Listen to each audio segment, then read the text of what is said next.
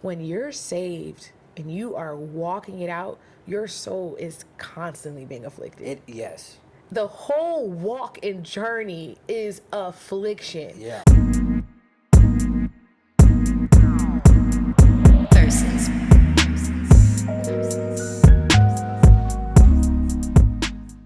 Happy Day of Atonement. Shalom, shalom. Shalom, shalom. We here on the Day of Atonement. We actually didn't film this on the Day of Atonement. Today is the Day of Atonement. Why? Because on the Day of Atonement, we fast, we don't work, we don't do nothing. So that's why we here. Yeah, so this video has been released on the Day of Atonement. Like today, like the day y'all watching it, it's actually Day of Atonement. Day of Atonement. So, yay, So that's I don't exciting. know if y'all know by now, but this video is about the Day of Atonement. Yom Kippur. Yeah. So, let's get into it. All right, but before we get into it, What? let's get into it. Let's get into it. Bible trivia. Let's do it. Let's do it. Let's do it. I'll go first. Okay, go ahead. So, question numero uno. Do you want the easy or the hard one first? I want the hard one first. Okay, cool. Because that was what I was going to do Good. anyway. That's what I want. What is the first city mentioned in the Bible?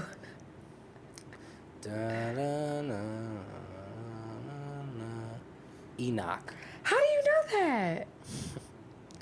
Don't ever doubt me. You saw it. Don't ever doubt me. He saw the question. Don't ever doubt me. Don't ever doubt me. He saw the question. Don't ever doubt me. You saw the question? Don't ever Tell doubt me me. the truth. Don't ever doubt me. Don't ever doubt me. 1 point me, 0 points you. See, I like how you try to get me like that. I wasn't even gonna do you like that this episode, but next week I'm gonna do you like that. Cause you tried it. You tried it. All right, here we go. My first question. How long were the children of Israel in captivity? They were exiled for 70 years. Ding, ding, Okay, ding. ooh. See, I gave you an easy one, bro. I gave you everybody an easy don't know one, that. bro. You know that. Dang, I Next really tried question. to get you. I know I'm you mad. did. Yeah, I know you are. saw it. Yeah. I'm Hey, not. don't ever doubt me. Go ahead. Who prophesied that Judah should be carried captive into Babylon?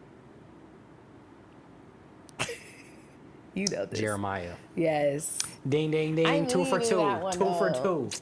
2 for 2. What's up, man? All right, you should know this one. I love saying that because if you don't know it, then it sets you up. A little added pressure. How many stones did David take from the brook to fight Goliath? He took one. Is that your final Well, answer? he shot him with one. Is that your final answer? Yeah. Dang. He took 5. You know I didn't He know took that. 5. I thought you did. You knew that? Maybe. I didn't. It wasn't asked to me. So I guess we ain't gonna find out. Okay, he won this round, guys. Dang. He saw the question, y'all. How I see the question? I know he did. It's okay. We'll discuss this Don't when the ever cameras doubt are me, off. man. Yeah, you're right. Guess we'll never know. Oh man. All right. Let's get into the topic today, man. It feels good to be a winner. Godly competition. So look, Day of Atonement, Yes. Yom Kippur, Yes. the holiest day of the year Yes. of the Hebrew calendar. Mm-hmm. None like it.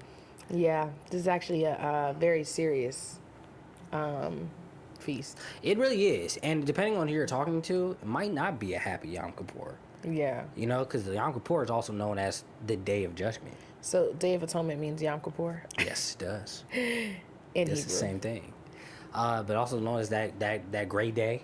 I saw it, Day of Judgment. You know, it was the day that the high priest of Israel, the only day of the year that he was allowed to go into the holies of holies, into the presence of Yah, and atone for not only his sins, but the sins of all of Israel. And they had to hope that he was going to accept their sacrifice. That's crazy. That's crazy. It's crazy. So where do you find this? Man, you find this, well, first you find this in Leviticus, right? So it's actually mentioned twice in Leviticus, right? So it's mentioned in Leviticus 16 originally, but that is definitely more like extended, right? And Elaborate. because of time, we're just gonna jump to Leviticus 23 and read that. Okay. But I do advise you all to go to Leviticus 16 and really get the fullness of what we're talking about. We'll be referencing it, but we're not gonna read it all the way. Okay, so we're going to read out of Leviticus 23, 26 to 32. And it says, "And Yah spoke to Moses, saying, Also the 10th day of the 7th month shall be the day of atonement. It shall be a holy convocation for you. You shall afflict your souls and offer an offering made by fire to Yah. And you shall do no work on that same day, for it is the day of atonement, to make atonement for you before Yah your Elohim. For any person who is not afflicted in soul on that same day shall be cut off from his people. And any person who does any work on that same day, that person I will destroy from among his people. You shall do no manner of work. It shall be a statute forever throughout your generations in all your dwelling. It shall be to you a Sabbath of solemn rest, and you shall afflict your souls. On the 9th day of the month at evening, from evening to evening, you shall celebrate your Sabbath." That's good. First thing that jumps out to me, how many times did he say afflict your souls? I know, yeah. You know what I'm saying? Because what does that mean? Well, when I think of afflict your souls, I think of sacrifice. Right. Like a personal sacrifice, though. Right. So afflict here means to fast. Yeah. Right. To quench yourself, your flesh. Yeah. So this is a day of fasting.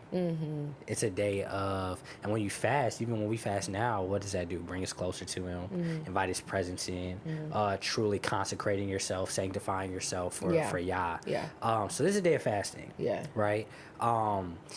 But it's also a day, like the scripture says, to atone. Yeah. Right. So what is the definition for atonement? Like the Hebrew definition? Yeah. I guess we might as well look into that. Do you want me to hit him with like the concordance, or do you? I want you to hit him with everything. Okay. Because we need to know what does atonement even mean biblically, right? Okay. So, in the Strong's, let me read off my notes. In the Strong's concordance, atone is H3722, and the way you pronounce it is kafar. Kafar, I'm gonna post it here so you'll see it. Right.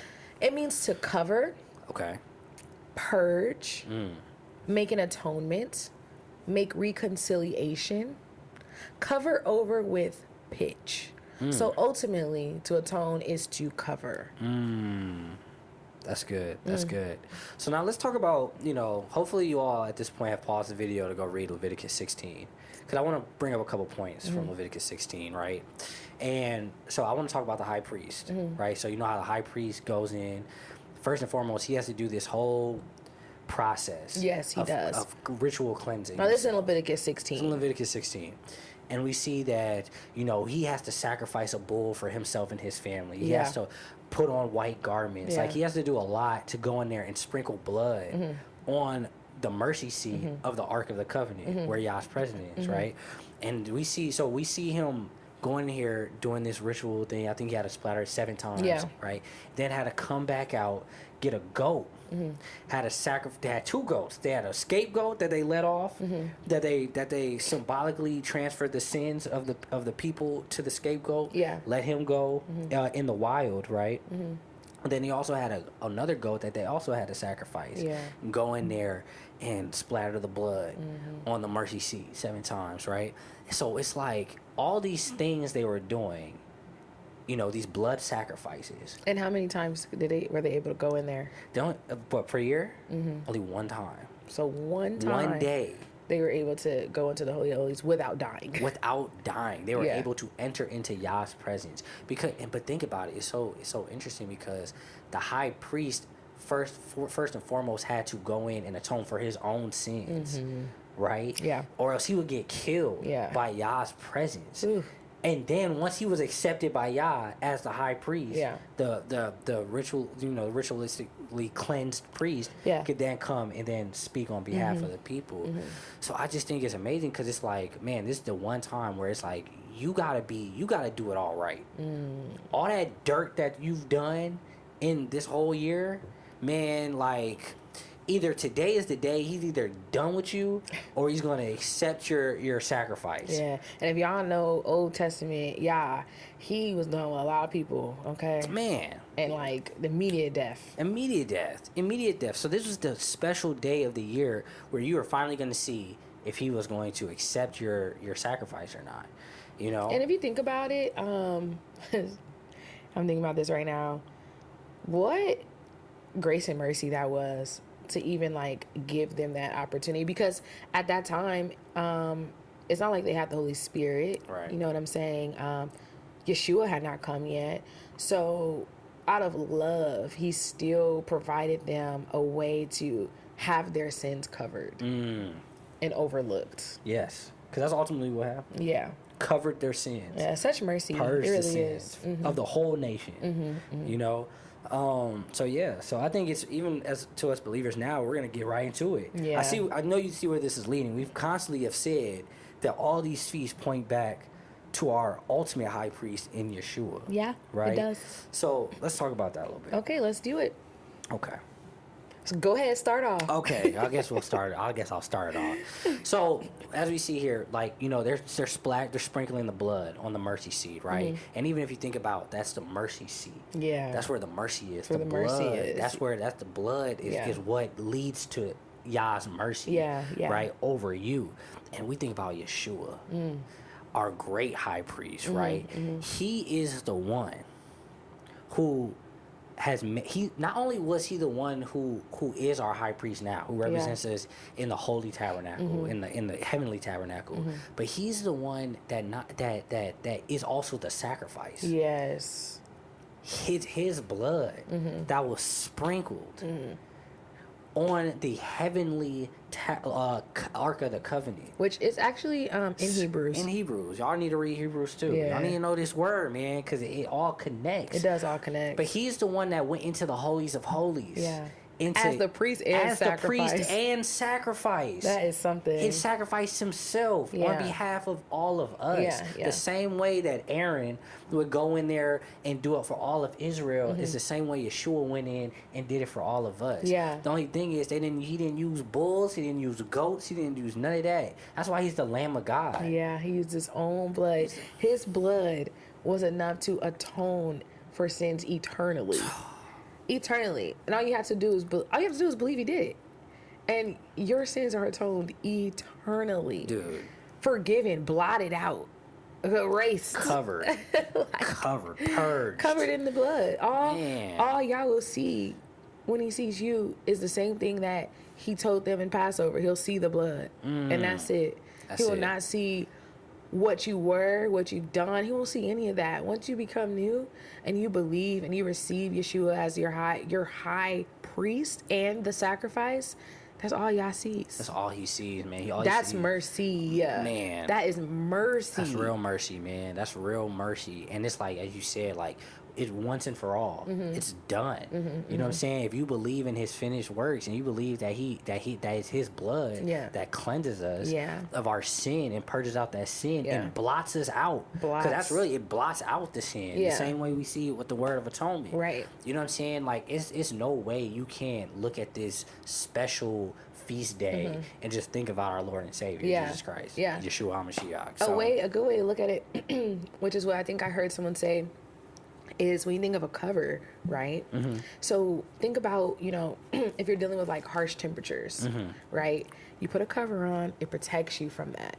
It's the same thing when it comes to Yah's wrath, when it comes to Judgment Day, because that's something that we also need to briefly talk about. It is a representation of what's to come, which is the ultimate Judgment Day.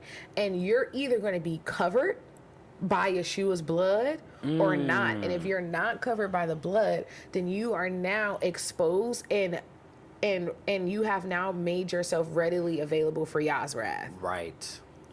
And I think that's like, that's the whole thing. That's the whole thing about it right there. It's like, same as on the Day of Atonement, they either were going to be forgiven or they were not. Right. They were either going to die or they were going to live. Right. That's what's going to happen on Judgment Day. The exact same thing. You are either going to be covered in the blood, atoned by the blood of Jesus Christ, Yahshua Mashiach, or you're going to die. Yeah. No, and straight like that. And at the end of the day, I saw someone say another word for this day. It's called panim. Face to face. Face to face. Yeah. Because face to face, you're face to face with him on Judgment Day. The same way back in those days that they were going to the Holy Holies. You know, the high priest was face to face with Yah, one day a year. And then what will happen? He was either going to die or he was going to live. And that's the same thing. Each of us, every single one of us is going to have to go through that. Every single one of us. Even those who are covered, you're going to have to go through that. But you're now holy enough because Yeshua made you holy enough to be able to face him, or you're going to die. Not trying to just keep leading to that. but it's simple as that. Like, we cannot enter into Yah's presence with sin. Yes. Like, I think that's one thing we all have to realize. Like, sin keeps us from his presence. We can't come before him. That's why these high priests had to do so much to come before him. That's why Yeshua had to be sinless to be able for his sacrifice to even hold weight and to be able to do what it did for eternity, because Yah is not going to accept sin. And that's why simple. And this may be like a slight diverge, but that's why it's so important to not be lukewarm. Because at the end of the day, if you are allowing yourself to be filled with sin as well, then you're not going to fully be able to be in his presence, which means you're going to get the same outcome as those who don't even claim Yeshua at all. Yes. Which is death. Right. That's what I'm saying. Which is death. It's not funny, but... and with being lukewarm, right, it's like you have not fully accepted what his blood does. Yes, exactly. Because you think you can walk in sin. Yeah. Because that's all lukewarm is. Yeah. You think you have a relationship, but really you in sin. You know, that actually goes to the whole point, which is, are you ready for Judgment Day? Are you ready for Judgment Day? Because... Oh, go ahead. If you're lukewarm, you're not ready for Judgment Day because of what you said. Like, ultimately, you feel like you can, this is something that I'm starting to notice with a lot of people that I've seen that may be, at least as of now, lukewarm. They feel like we are doing too much. Right. They feel like Yah is not really asking of us all that he actually is asking of us. Right. Because ultimately, all that he is asking of us is to love him.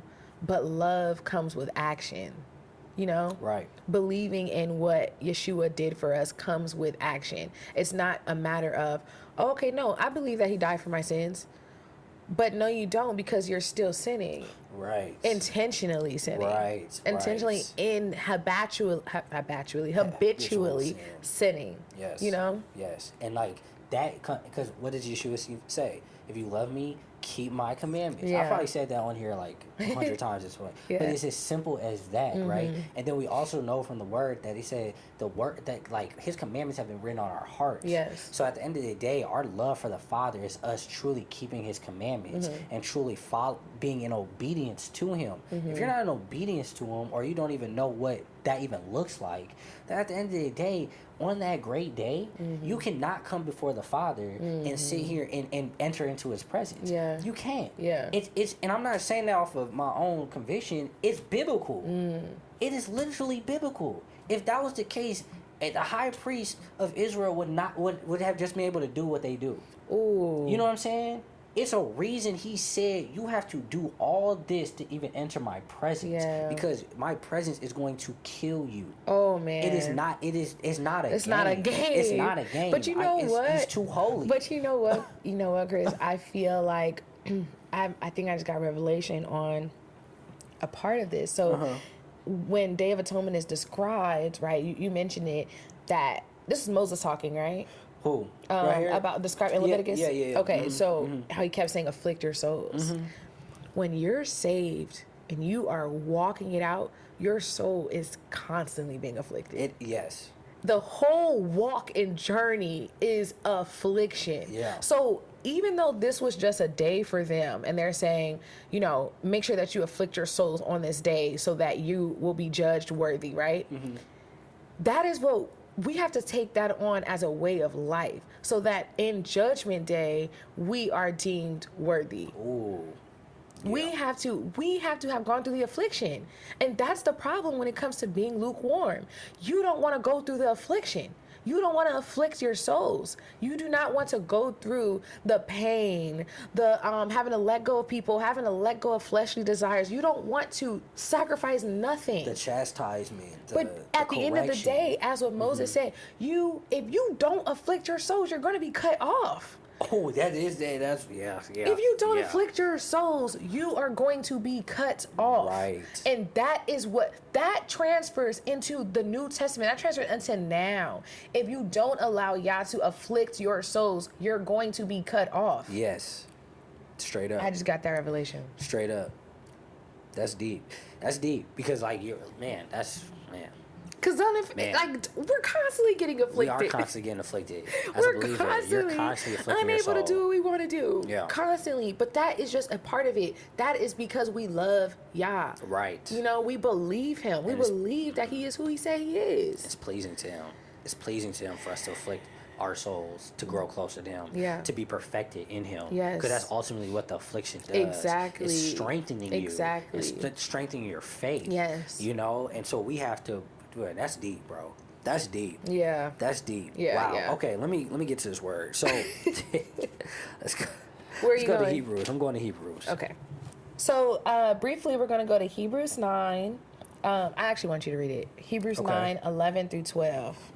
Hebrews 9, 11 through 12. So it says, "But Mashiach, Christ, came as high priest of the good things to come, with a greater and more perfect tabernacle, not made with hands, that is, not of this creation. Not with blood of goats and calves, but with his own blood he entered the most holy place once for all, having obtained eternal redemption." And that is the Day of Atonement. That is them right there saying, because think about it, they are trying to get the Hebrews to see Yahshua as the high priest, something that they are already very knowledgeable on. Right. So they understand that the high priest was only able to go into the most holy place during the Day of Atonement. Right. So he's telling them right there that Yahshua committed the ultimate atonement for us. And it's crazy to think because they had to go through all that just to enter into that space with Yah. Yah has now provided a way where we have it forever. Right. We have it every day. We have it here on earth to where we're able to enter into the most holy place. Right. You know? Right. Yeah, I kind of want to read 13 and 14. Oh, go ahead. So it says, "For if the blood of bulls and goats and the ashes of a heifer, sprinkling the unclean, sanctifies for the purifying of the flesh, how much more shall the blood of Mashiach of Christ, who through the eternal Spirit offered himself without spot to God, cleanse your conscience from dead works to serve the living God." Man. So we just see like the emphasis on his blood. And I think earlier in there it talks about the heavenly tabernacle, right? Like what Mashiach did, what Christ did, it was not of this world. Yeah. It was not of this world. It tells us that when he was on that cross and that he gave up the spirit, Yeah. and it actually said that he went down to Sheol, came back up, defeated Satan, he went to the heavenly tabernacle. Yeah. He went to the ark of God Yeah. in heaven and laid his blood, oh my gosh, laid his blood in heaven on the mercy seat that is placed in heaven, because we know that the earthly tabernacle is nothing but a reflection or a representation of what's actually in heaven. Well, they did know that, but they know that now. But they know that now. And like They know that. They know that. Y'all know that now. At the end of the day, the tabernacle here on earth was just a reflection of what's in heaven. So he did everything that the priest does on earth in heaven for, come on, bro, in eternity, bro. Yeah. Come on, bro. He did it in eternity, so it's done. You can't, man, come on, bro. Yeah. That don't make you want to live right. I don't know what will. I'm saying. I don't know what will. I really don't know what will. If that don't make you want to live right, knowing what our Messiah did for us, bro, Come on, bro. There's some spiritual stuff right here. Yeah, and it's like, yeah, you can look at us like, oh, they doing too much, but it's like, not like we love him. You know, we love him, and if you say that you love him, then you will continue to dive deeper and learn more and know that this isn't all there is to know. There's always so much more. There's so much more. There's so much more. It's so deep, bro. So yeah, that was good. So now let's go to Hebrews 10:19 through 25. So go ahead, read that. Oh, you want to read it? Yeah, sure. Hebrews 10:19 through 25. Therefore, brethren, having boldness to enter the holiest by the blood of Yahshua, by a new and living way which he consecrated for us through the veil, that is his flesh, and having a high priest over the house of Elohim, let us draw near with a true heart in full assurance of faith, having our hearts sprinkled from an evil conscience and our body washed with pure water. Let us hold fast the confession of our hope without wavering, for he who promised is faithful.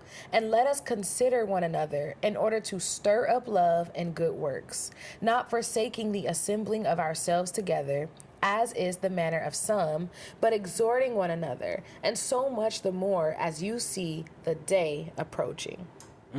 That's good. Wow. And I think even in the beginning, right, it says, you know, having the boldness to enter the holiest by the blood of Yahshua. Like you have to have the blood. Like his blood is what allows us to even enter into Yah's presence. But I also want to show this too. You know, there is no, like, because we have the blood, we can enter into his presence. Yes. We can. We really can. The veil is ripped. It says with boldness. With boldness. Come with boldness. We know we belong. Yeah. Like, it's not a timidness or, oh man, I hope he doesn't kick me out. No, we can come before the Father, ask what we need, ask for help, pray to him, talk to him, have a real relationship with them because of the blood that was sprinkled on that heavenly tabernacle. Like, come on, bro. Like, come on. That's something. We did not, like, before this, they did not have access. They did not have, it was literally one time a day, and it was only one person. So that means that unless you were the high priest, nobody had that type of access to Yah. No. So it's like, Yah has really, he's given us a whole new type of covenant. And we gotta remember this too, man. Like, he no longer dwells in the Ark of the Covenant. We are the Ark of the Covenant, bro. Like, he dwells within us. Yeah, we're the tabernacle, the whole thing. The whole thing. Yeah. Like, come on, bro. Yeah. Come on, bro. Yeah. Come on, man. Nah, this It's my favorite day. I know you told me. I understand. It's my favorite day, bro. Because it's like, it like all comes together. Come on. It all comes together on this day. Some people say that, like, they feel like this is when the bride is going to meet with Yahshua. I can see that. I don't know, because Yahshua says nobody knows daytime or anything like that, but I can see that. Yeah. Because it's such a, it's like, it almost like it just all comes together. Right. No, it definitely does all come together. And I think that, I mean, you know, it would make sense because it's Judgment Day. Yeah. It's a day of judgment. Yeah. So which is what that was for them. Yeah. You know, so, yeah. I guess that's kind of crazy that that's your favorite holiday. It is. It is. But you just got to be sure in your face. I'm like, clearly there you got all the confidence. Because I think it's just amazing what our Father has done. Yeah. And what his Son has done. Yes. In Yahshua. Like, yeah. It's all just... And then there's constantly, like, it's like a multifold. Like, there's constantly layers on top of layers. Every year I'll be like... Something new. Like, oh, my goodness. Mine is the Feast of Tabernacles, because I love food, not swag. No, that is why. That's definitely why. Anyways, do you have that's any... more like the celebration. Yeah, it's of like what just happened. It's like, we made it. He forgave us. Like, let's celebrate. Let's have a good time. Because that's a legit celebration. It's a legit celebration. Come on now. Yeah. Like, if you like understand, feast. like, how evil you actually were before Yahshua covered you, like... No, you turned how up. deserving you were of death. Feast like, of Tabernacles, they was turned up. You, like... swerve that. Right. But because even like, Feast of Trumpets, right? That 10 days. Yeah. And then that was probably like kind of stressful. Yeah. For some people, because they like, man, I gotta get right. I gotta get right. Like, or else we not gonna, we're not gonna be here anymore. Yeah. You know what I'm saying? So after that, and he's accepted your sacrifice, and y'all turned up, man. Feast of Tabernacles. Dang, that's so true. Man, y'all turned up. It's like I'm finally getting the fullness. Y'all having a good time. Yeah. Okay, so any last encouraging things do you want to tell our... Well, that wasn't a good question. Are there any last encouraging things you want to tell our guests? I mean, family. Man, I mean, I would just say it's time to get right. Right? It really is. Like, all jokes aside, like, we have to get right. Like, it's no more. Like, you have to realize you will not enter the presence of the most holiest Elohim with sin. Yeah. Yahshua, his son, couldn't even do it. Yeah. So we have to get right. We have to accept what he has done. He is not only is he our sacrifice, he is our high priest who made atonement for our sins and for our wrongdoing. And it's an ongoing, perpetual thing in time. So if you fall, get back up again. If you fall, do not get comfortable in your sin. Do not take advantage of the grace and the mercy that has been given to us. Like, if anything, allow that to draw you closer to him, to want to be right, to want to keep his commandments, to want to be as holy as possible, because we understand the sacrifice that has gone into it. To want to be able to stand in his face and be like, I don't know it, y'all, but there is a verse in here that talks about just doing what you need to do so that you are not ashamed when that day comes. Right. So do what you need to do so that you are not ashamed. I know there are things at the top of my head that I could think of that I know I need to work on, to where when Yahshua comes back in all his glory, I am not ashamed. You want no questions. No questions. No question. Do more. Whatever you think you should do more. It. No, do more. Oh, do more. Do more. Dude, it's like on a test. Yeah. You might, they got the extra credit at the end. Better do the extra credit. Do the extra credit, man. Because you do not. I always said the extra credit. Yeah, got to. I was that student. Why not? You got to get them extra points. Yeah. If you fell short in Just this area, case, you want to make sure that you tackle on this area. Yeah, you know what I'm saying? And it's purely because you just love him. Yes. You can't have it feeling like it's a job. Like, oh, work. Man, work. You know what I'm saying? Because we're not saved by works. Yeah, because work is not fun. Work is not fun. You gotta do it because you love him. Because you love him. Because you love him. Yeah. Yes.